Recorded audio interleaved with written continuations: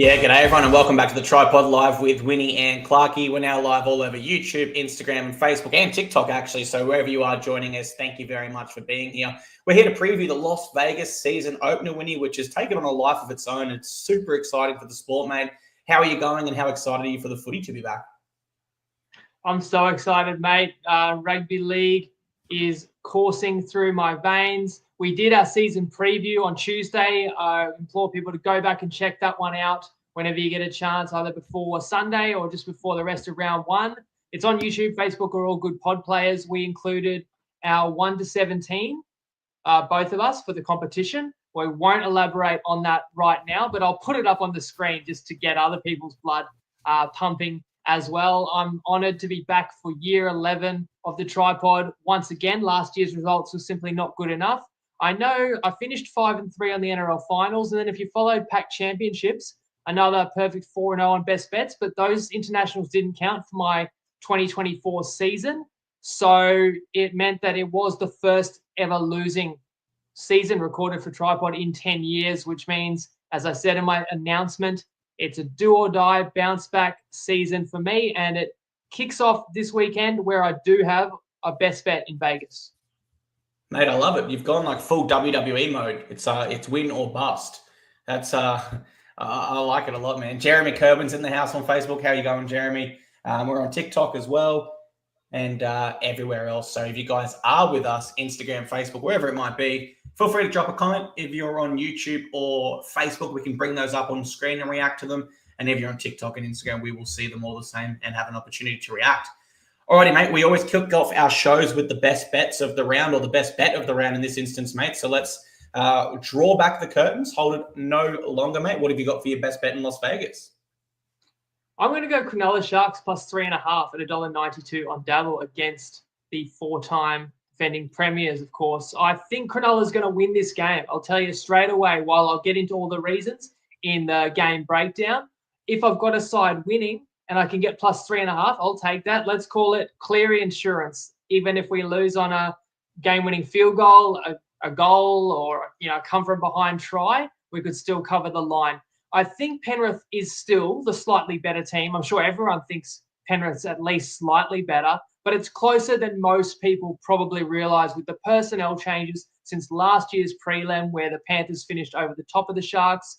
And I do believe it's Cronulla that's had their mind on one team since September who's going to be better prepared in Sin City on Saturday night. Simple as that. I see a lot of people tipping the Sharkies, actually. I'm pretty sure they opened up a little bit more on the underdog line and have come slightly in, which is interesting because, yeah, like you said, we are going against a very formidable side there in the Penrith Panthers, mate. Alrighty, so best bet, Sharks plus 3.5 on Dabble. And now we'll jump into our two games and preview those for you. Alrighty, Winnie, we've got the Raiders v Warriors at Allegiant Stadium, Sunday, 11 a.m. Australian Eastern Daylight Time, or Standard Time, rather. The line is set at -2.5 against the Warriors, who have Tane Tuapiki and Roger Tuivasa-Sheck as their wings, and Chanel Harris-Tavita also beats Tamati Martin for that half spot. For the Raiders, Savelio Tomale, he comes in on the wing there. Zach Hosking overcomes a calf injury. He lines up at back row, and Owen Paddy debuts via the bench. Alrighty, Winnie, let me set the scene here for you, then I'll hand it over. Raiders covered their line 58% of the time last year, whilst the Warriors only covered it 42%, and Raiders are typically very strong in round one.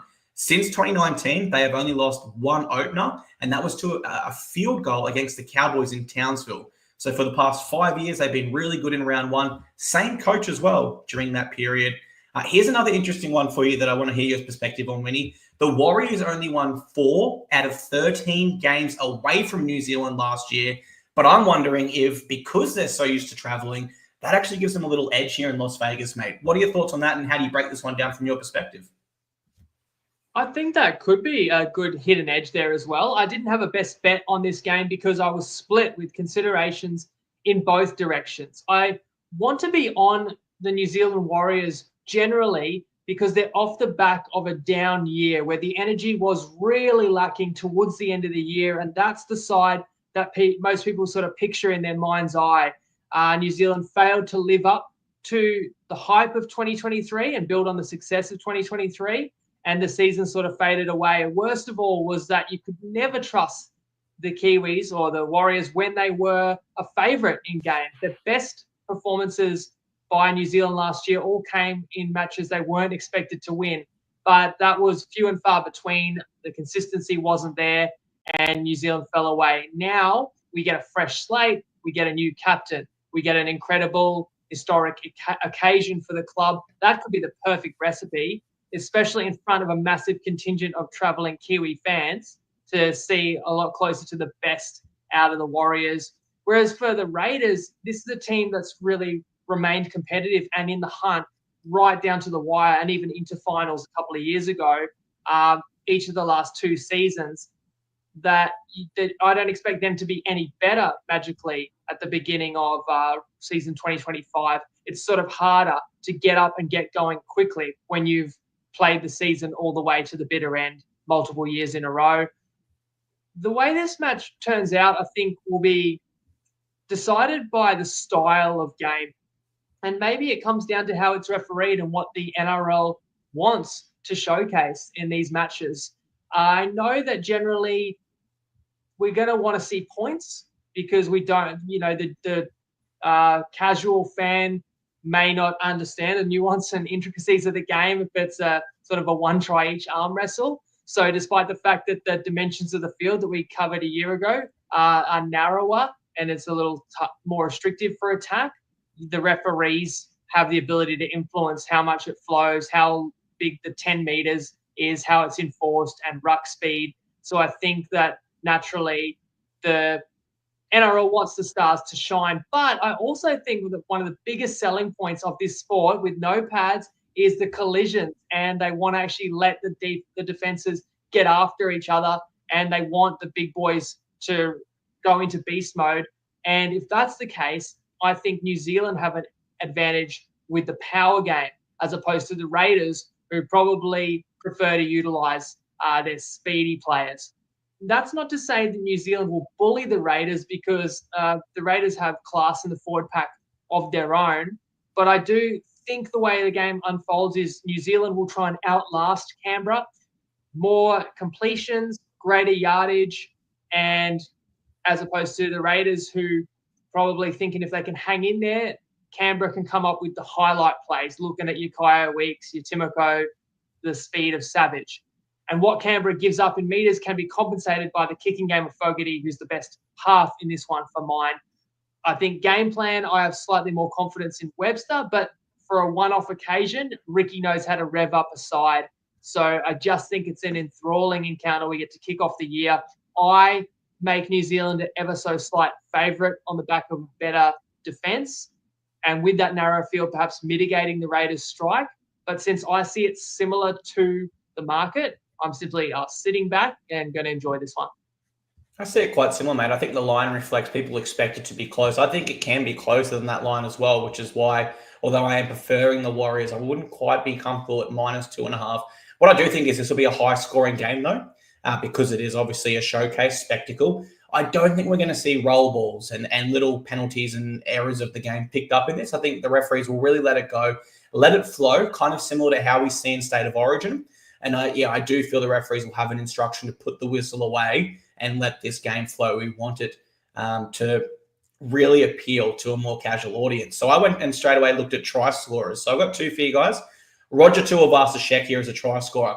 Now, Dallin Watene-Zelezniak, when he's the right wing, he has 15 tries against the Raiders since 2021. And the Raiders' left wing conceded their equal most tries last year with 13. So I like Roger Tuivasa-Sheck there, but a winger will always be short on the odds. So for the Raiders, I will give you another option.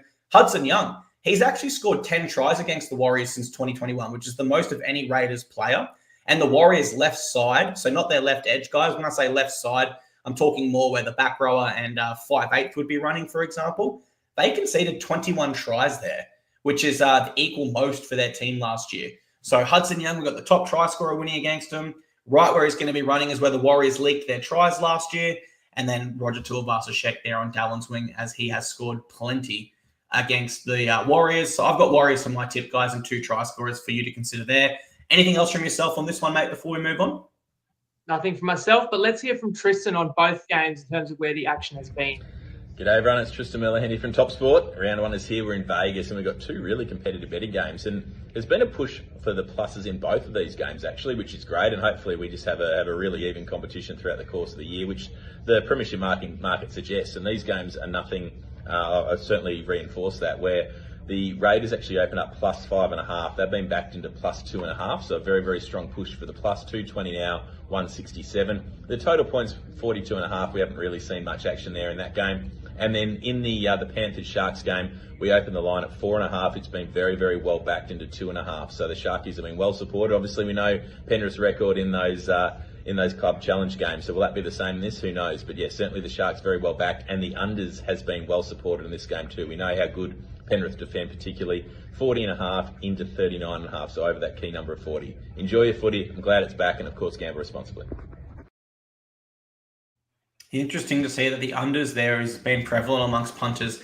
I can't disagree with it, I suppose, based on how good these sides both are defensively. But round 1, sometimes there's some chinks in the defensive armour, Winnie. Be a great game regardless. Let's break it down. Panthers v Sharks at Allegiant Stadium, Sunday, 3:30 p.m. The line is set at -2.5 against the Panthers, and their wingers are Paul Alamotti and Casey McLean, with Brian To'o able to backflip on stage today, but does have a hamstring injury, we're told. And Jack Cole wins the vacant 6 jersey. Dane Laurie's on the bench. No Blaze Talungi. For the Sharkies, Sione Katoa unavailable, so Sam Stone Street starts on the wing. Alrighty, Winnie, let me set the scene for you here. In the past 9 games these two sides have played, the Sharks only have 1 win. Now, that lone win came in 2021 via a field goal. Otherwise, we're going back to 2019 for the last time they beat the Panthers. They have also historically struggled in round 1. They've only won 2 of their past 11 round 1 games. They came in 2024, so last year in 2021. And final stat for you here, Winnie. The Panthers won 71% of their games as favourites last year, and they won 86% of their games against other top 4 opposition, which, of course, the Sharkies were. So this one is a tough one to tip, Winnie, but you like the Sharkies, mate. Break it down and let us know why. That's right. So I said before, Penrith is the slightly better team, but as you see the lineup on the screen, it's pretty close. You're taking 3 internationals out of the side that ended Cronulla's season in the prelim last year with no Fish, Luai, or To'o being injured, while the Sharks added Adam Fanua-Blake. So right there, I think stacking up the sides on ability is a near coin flip, and it's a neutral venue. I don't blame anyone for saying, well, if that's the case, you still pick Penrith because of the edge and experience and the Iceman Cleary. But the additional key factor that I have in favour of Cronulla is the way that Penrith have started their title defences in the last couple of years. It's been slow, and I really feel that's for a reason. Think of the World Club Challenges, where Penrith lost to the Super League champions back-to-back years, 23, 24. Both played in February, and one was at home, one where Penrith travelled to England and lost the game, as well as round 1, Penrith was defeated in each of the last 2 years. Funny side note, the sides that beat Penrith in round 1 each of the last 2 years played Penrith again in the grand final. Penrith got the ultimate revenge. So Penrith played the same club in the first and last game of their NRL campaigns. Brisbane followed by Melbourne last year. And I'm not one to draw conclusions from small sample size, but I feel like it makes a lot of sense to me why that's occurring. Penrith always has the shortest off-season. Penrith often has the most players playing the November internationals. And Penrith doesn't plan a pre-season to peak in March, let alone February. So I'm not saying Penrith's not going to be strong, or this is a team we just, oozes class and is so tough and is never a pushover. But I don't expect Penrith to be purring in a game where Garner is in the centres, Cole is your choice at 5'8". And this also isn't to say the Sharks will be super sharp, which is never the case for anybody in round 1. But I feel like this is a squad with great continuity over the stewardship of Fitzgibbon. You bring into the facility one of the best props on planet Earth. And a final point I would say, as I put the Sharks squad on the screen again, or both squads, is I just love the balance of this Cronulla list. It does not require Nico Hines to outplay Nathan Cleary. You've got to look beyond the halfback matchup in this one. I think Cronulla not only have everything they need to match it with Penrith, which they did for 65 minutes in the prelim last year, and that was Penrith at full strength in Penrith as well. But I think Cronulla knows they can be every bit as good as the back-to-back champions. So once again, I mean, I like the 225 quote for a head-to-head outright win, but for best bet purposes, I'll take that plus 3.5 at $1.92. Just a quick note, I want to talk about the total, especially being unique conditions. I lean to overs in both games because ultimately I think game one of the year, short off-season or short preseason, defensive fatigue does kick in and the NRL wants a show to get put on. I know the refs are going to police the foot on the ball a little bit more this year, but I don't think that'd be pedantic in Vegas. And the NRL is also going to be a little bit more lenient on obstructions, which could add, an extra try here or there. Tristan said to me, these totals are about a point lower than if they were in Australia because of the narrower field, which I understand. But I think we also saw last year, it's a fast track. And one game went over, one under. But certainly we saw teams are capable of putting on a lot of points. I want to say that South's Manly game had close to 60 on the board. So I don't have a best bet on a total, but I lean overs in both directions, in both matches. That was one thing I took away from Vegas last year. I said coming into it, hey, smaller field. We know sides focus everything on defense throughout a preseason. These will be low-scoring games, and they just weren't. There were points flowing. The referees seemed to let a lot go, and if that's the precedent that we have moving forward, then perhaps we can beat the bookies here and get to playing overs whilst they're at a smaller margin what they typically would be. Here's some try-scoring stats for everyone. So last year, the Sharks' right winger conceded 19 tries. Now, that's usually Sione Katoa. It will be Sam Stonestreet here. And, of course, for the Penrith Panthers, Sunia Turuva has the most tries against the Sharks with 11. Now, we've got different wingers there because his wing will now be Paul Alamotti. But I do think the data is still right there to suggest that's where the Sharkies struggle. That's where Penrith like to move the ball. So I think Paul Alamotti is a great option on the wing there. When we look at the Panthers and how we break them down, their left side and edge defense last year conceded 43 tries, but they only gave away 20 to the right side. So I do think we need to look on the left side here for Sharkies players. Of course, Ronaldo Mulatalo will stand out. He has 17 tries against the Panthers, and Brian To'o did concede 20 tries last season. He won't be on the wing, of course, but just to note the position, I suppose.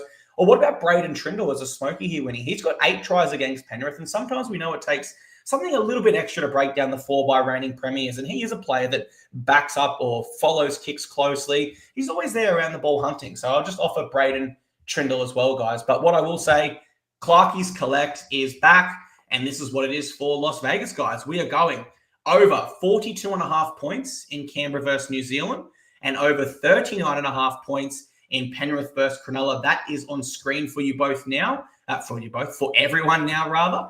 And sorry, that's not the right image. Yeah, that's the wrong image, mate. That's the wrong Are one. we going to address that, Clarky? Because I know Clarky versus Braith and Astor wasn't on a lot of people's off-season bingo card. Or we can save that for another day if you like. We can save it for another day. Maybe a rainy day when we're short on content, and then we'll call Braith and Astor out to a tag team. You and I versus him and Buzz. But guys, that pays $3.45 on Toppy. I've already sold you the reasons why I like it. I've given us some try scorers to consider. If I've given you too many and you don't like any of the try scorers in particular, I think this is another awesome way to play it with what we expect to be high scoring, free flowing, and ultimately a product that the NRL wants to sell to a more casual audience that will be, in my opinion, offensive orientated. Alrighty, Winnie, hand over back to you, mate. Final plug. Anything else you want to say before we see Braith v. Clarky on the screen again? I mean, talk about a product you could sell. You could fill Allegiant 3 times over with Clarky versus Braith. I think if it was a tag team, I may have Buzz covered. I don't know if I can say the same for you against Braith. I think you'd have to get the mind games going. I wanted to create a mixed matchup, guys. I really did try, but I just didn't have strong enough feelings on the first game. Didn't want to force anything. The round 1 still has 6 more great games next week, and that's where I will cook up a mixed matchup for you all. But I have given a best bet, Sharks plus 3.5, $1.92, and Clarky's got his Clarky's Collect as well, which was really profitable last season, unlike my best bets, which have a lot of work to do to redeem. So let us know what you think of those plays or anything else that's standing out to you. Thanks for joining us on this Friday evening. We hope everyone has a great weekend. How could you not, with the return of footy from 11 a.m. Sydney time, Sunday morning. So an unusual time, but it can't come around quickly enough. Enjoy, guys, and we'll be back at a regular time of Tuesday afternoon, 90 minutes after team list drop, which is 5:30 daylight savings time, each and every week to break down the games, give best bets, and go over the team list news and information that you need to hopefully help you with your tipping and punting for the season ahead. So thanks for joining us as always, and Lego.